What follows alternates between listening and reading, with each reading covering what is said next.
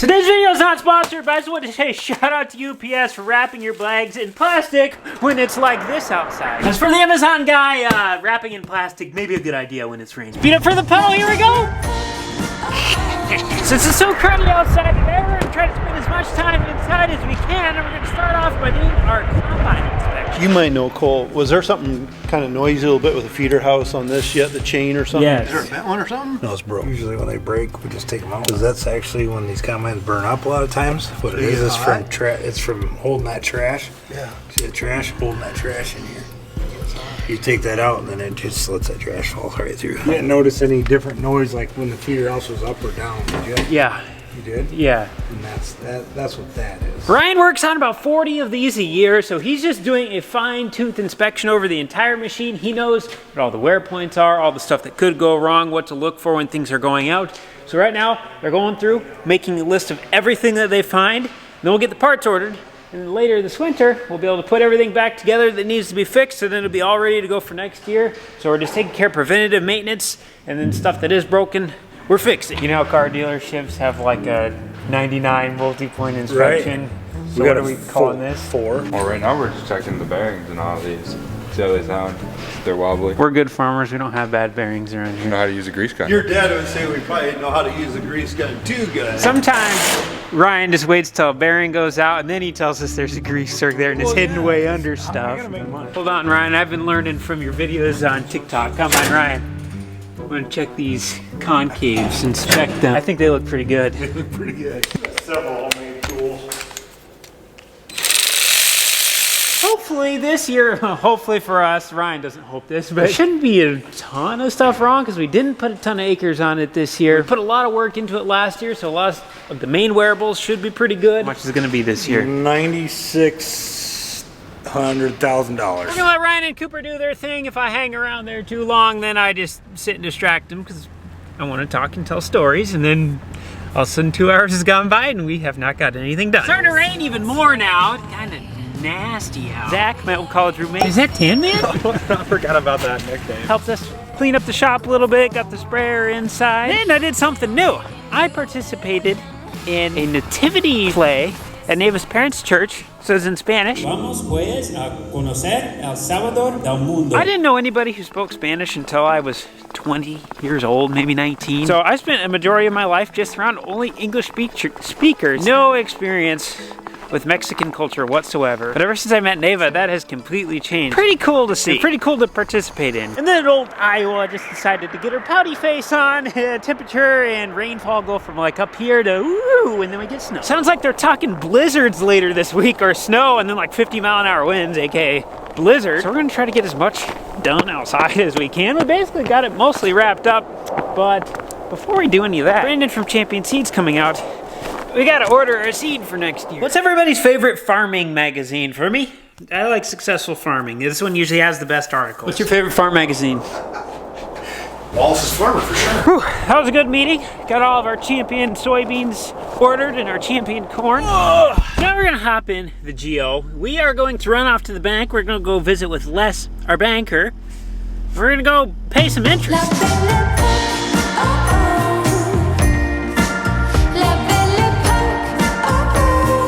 Ladies and gentlemen, welcome to the bank. Oh, I thought we'd catch you sleeping. Right there.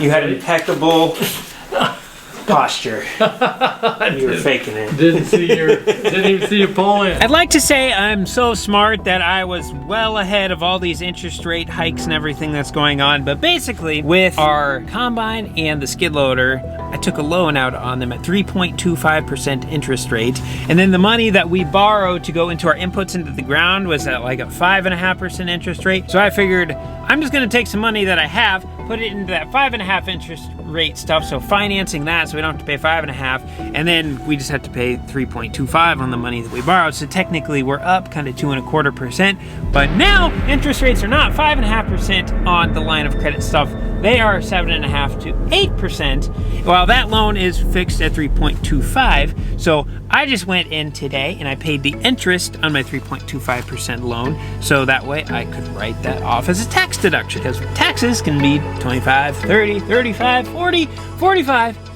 50%. Gotta grab an oil filter. We need to change the oil in the skid loader. Those have JCB filters on them, but we were able to cross the numbers over to these Napa filters. So these ones should work. Oh boy. What's this? That turned the sun on. Oh, it's still sitting back there. Electric start?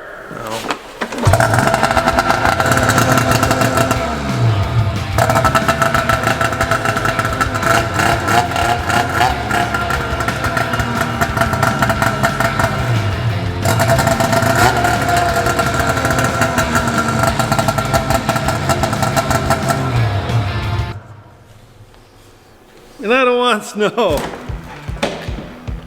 What are you doing, little sleepy dog? What are you doing, little sleepy dog? You sleeping on the seat? Dad and Cooper got the snowblower on the front of the skid loader. They got everything all put together to get the chute on, made sure everything is nice and tight. They're talking snow later this week, so we might get the opportunity to use it. Before it gets dark here, we have one more appointment on the schedule list today.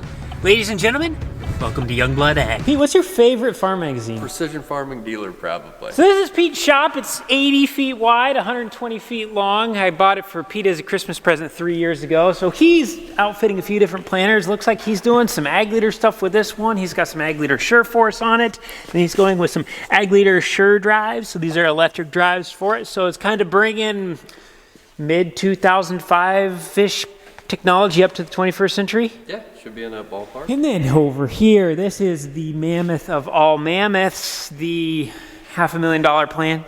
Am I allowed to That's say not quite that? that bad. Not quite that bad, but it is a spending machine. So these are kind of a new planter on the block. I think they kind of came out in like 2017. This is the Harvest International. These things are like they're a unit. I mean, you look at them, look at the tires on them. They just look like tanks. They're built like tanks. We're dreaming when we're looking at one of these. There's another one Pete's putting together over here. So these are the parts that we ordered. This is our wide drops, and our undercovers are going to be in here. So this is going to be nitrogen application, fungicide application, foliar applications. We got everything here. You can always tell who the hardest worker is of the group. What's the matter, Ellie? You tired? Oh, little puppy need a nap. You're as big as the drill. Made it back nice and safe, and then Rusty locked the keys in this truck while working on the snowplow. Oh, careful, don't scratch the paint. Oh, yeah.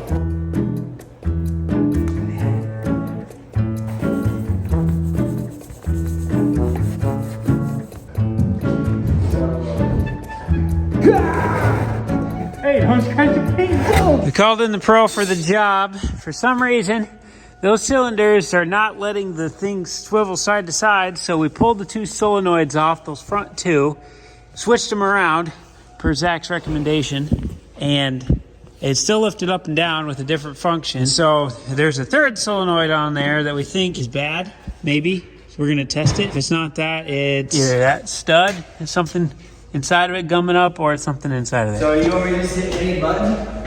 Do the, I would assume it's the swing, so I'd push the swing button.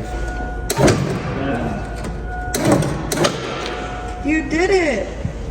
Okay, it's going left. And it didn't do that before. No, it didn't move at all. We can put the nuts back on it and sit here and try it a few times, because then it could just be something as simple as a wire connection. Now looks like we got Cody coming in for a little soybeans. We always bring these radios with us. That way we can talk to the driver while they're on this, so then we don't have to get down or have them be looking in their mirrors.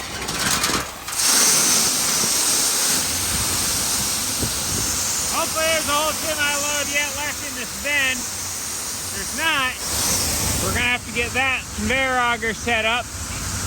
Pull out of that bin, because that bin's full. And then the bin on the other side of the building is also full. And those are the only beans we have left. One last thing before it gets cold, and we're gonna need this. I'm hoping this works. All of the logged data from planting season is inside the tractor there in the in-command 1200 monitor. And I'm hoping I don't need to pull outside to get GPS signal through that globe on top of the cabin in order to get the data off of it. We're gonna try. I really don't know. I think I can. I hope I can fit through there. Oh boy. If this doesn't work, I'm not gonna be able to get this data off, at least not right now. It's gonna have to be when it warms up, probably next spring, because we're a little buried in here. Just a little port right there. You just slide her on in. Data transfer. We wanna go to advanced options. Export all files. Hey, it's gonna work.